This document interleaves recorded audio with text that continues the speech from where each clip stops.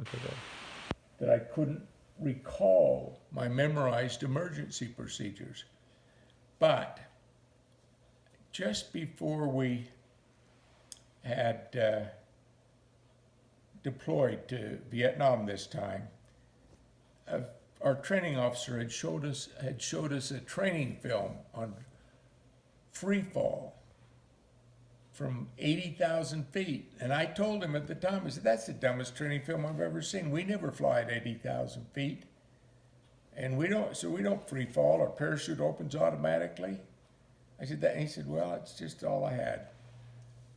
But as I'm falling violently, I remember that movie. And it said, if you're tumbling, how do free fallers control it?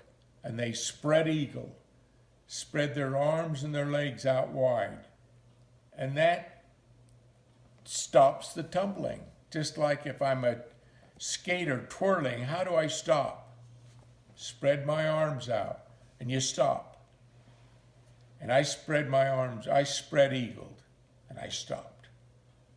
Then I could think again. But it was just as if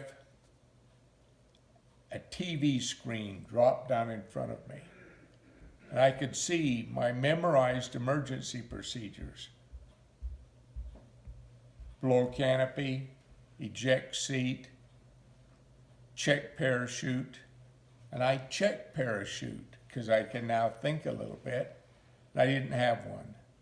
For some reason, still unknown, the parachute didn't open. And then the next step was no chute, deploy your D-ring, your ripcord, pull your ripcord. So I pulled my ripcord. I got a parachute right away. And I slowed down, and now I'm descending down at a reasonable rate.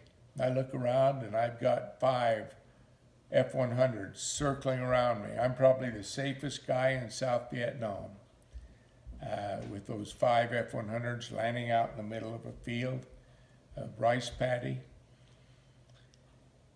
And so I landed, and I was immediately surrounded by a herd of Viet Cong water buffalo. No Viet Cong, just their water buffalo.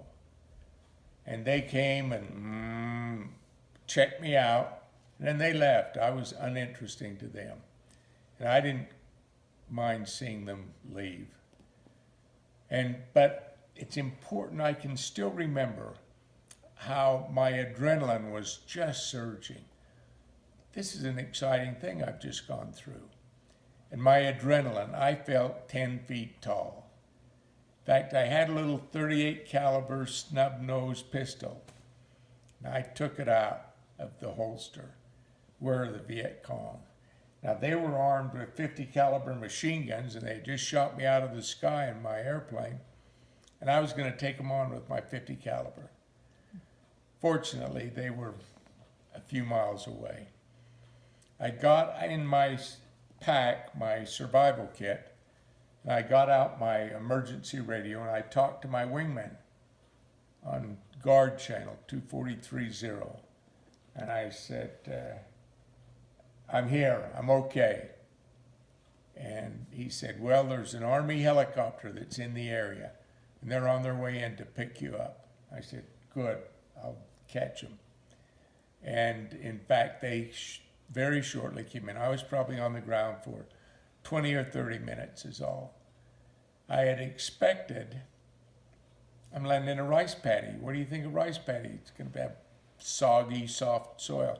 This was the dry season, and that rice paddy was as hard as the asphalt road out in front of your house. And fortunately, my helmet had stayed on. So I hit, and I hit on my heels and my head. And I was out for a short time, but I got up and took my parachute off. And about that out time, I saw the helicopter coming in. And the helicopter came in, landed, and picked me up, and I was out of there. Happy to be out of there.